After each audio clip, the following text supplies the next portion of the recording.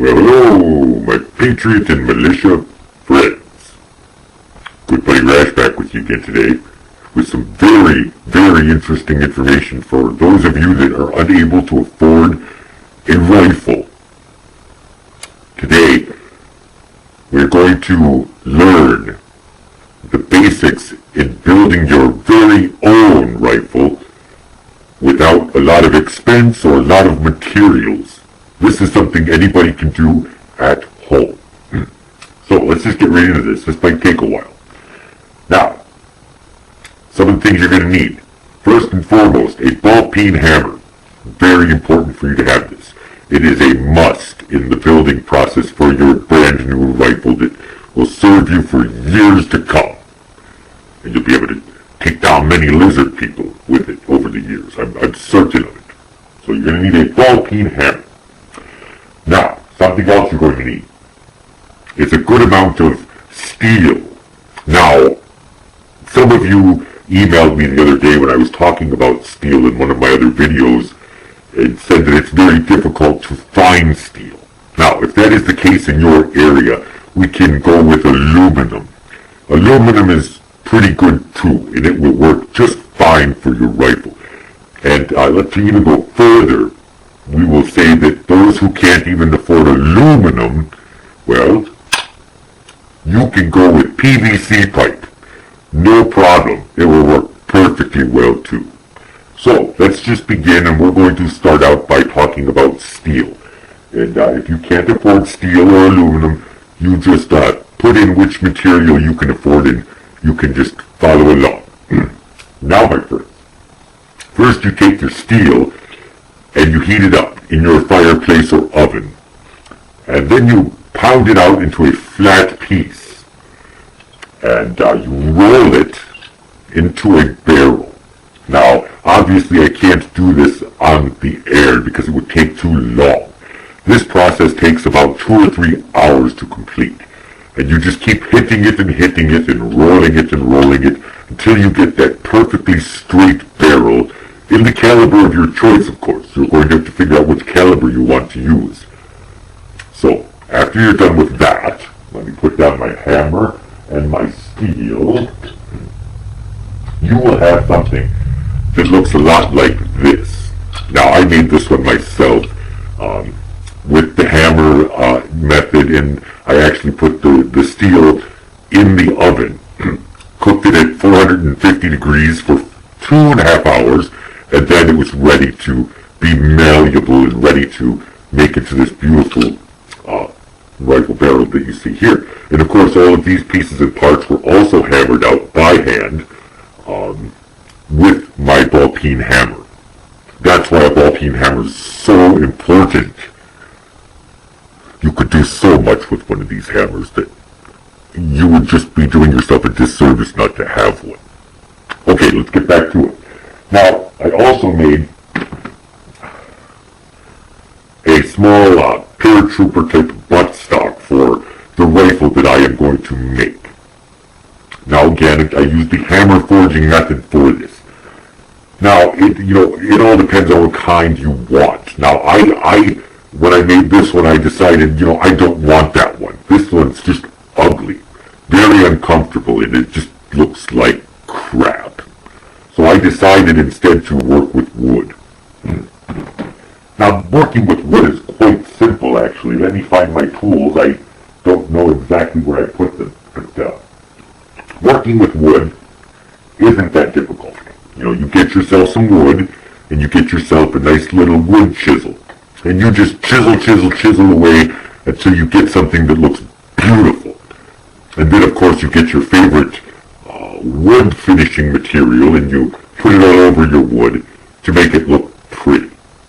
And, of course, to keep it safe from the elements. Because remember, your rifle is not only going to be something that you're going to be proud of because you built, it is going to be a functional system that you use when you're out there attacking the New World Order with it, and beating them on the head with it and things like that. You want to remember that your rifle needs to be strong. So make sure you use strong products when making your rifle. Okay, now that's enough of that. Now, after after fashioning out my stock, I painted it up, put some beautiful stain on it. Let me put my chunks of wood and other products down for a moment. And basically this is what I came up with here. I glossed it up real nice, and I put a beautiful little butt plate on the back and put little screw holes in it for the screws to hold it on. It's very important that when you make a stock and you have a butt plate, that you put the screw holes in it so that your butt plate doesn't just fall off. If you just slapped it on there and didn't screw it in, it would just fall to the ground and you would be butt plateless. And that is just not good. You need to have a butt plate when you're shooting, because you know how that is. We're going to be out there blowing things away for hours on end. You need to be comfortable. It's just that simple. Now, some people might say, Mr. Rathbone, I don't have wood chisels.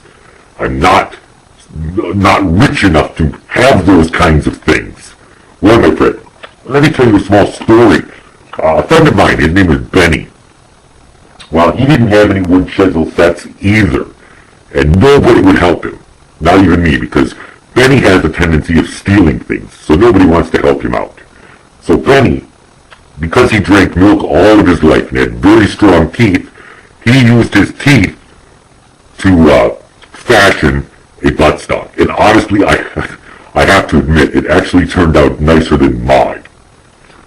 And so if you don't have a chisel set, you can use your teeth, or maybe someone else's teeth if yours are bad. You might just have to pay them a couple of dollars, or maybe buy them some toothpaste at the end of the project. So let me put this stuff down. Now, basically, as you can see, we basically made every piece and part of the weapon, and all that's really left now for you to do is assemble your weapon. Now, assembly is the fun part, because when I was assembling mine, I was like, I can't wait to see what this is going to look like. It's going to be so beautiful. And, it's true. It's a very rewarding experience when you make your very own firearm. So, what I finally did come up with was this beautiful piece of work right here. Now, as you can see, I made my buttstock pretty. Unlike this one I was going to put on it, I don't know. I just don't like this one. Now, as you can see, it turned out very nice.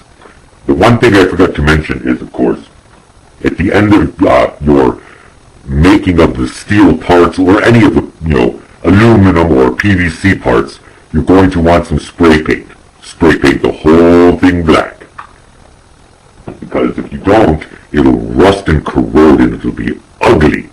And it will be a horrible piece of garbage that you won't even want to show your friends, because it will be so bad. So please, always use black paint to spray paint it when you're done. Otherwise it'll look just horrible. So, I hope this video helped you. You see, I am here to make certain that all Patriot militia members are armed, and if they don't have enough money to buy a weapon, they can make their very own, very affordably, as I've shown you here today. All of the pieces and parts you can get at any store, basically, and they're very, very reasonable.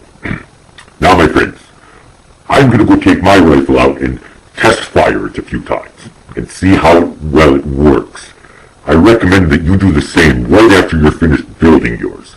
Otherwise, you'll never know if it works, and if it doesn't work, you'll be in big trouble, because you'll go to shoot the lizard people in New World Order, and they will just keep coming at you, because they know that your gun is broken or it doesn't work. And they'll scratch your eyes and other nasty parts of your body apart, and put them in little bags and run off into the forest to show their other friends that they've stolen your pieces and parts. It's a very frightening thing to even talk about. And I'm not going to talk about it anymore because I am so frightened. Anyway, my friends, good luck to you on your rifle building experiment. I hope to see videos and comments telling me how yours turned out. I can't wait to see them. As always, my friends, God save the Republic, and have a wonderful evening.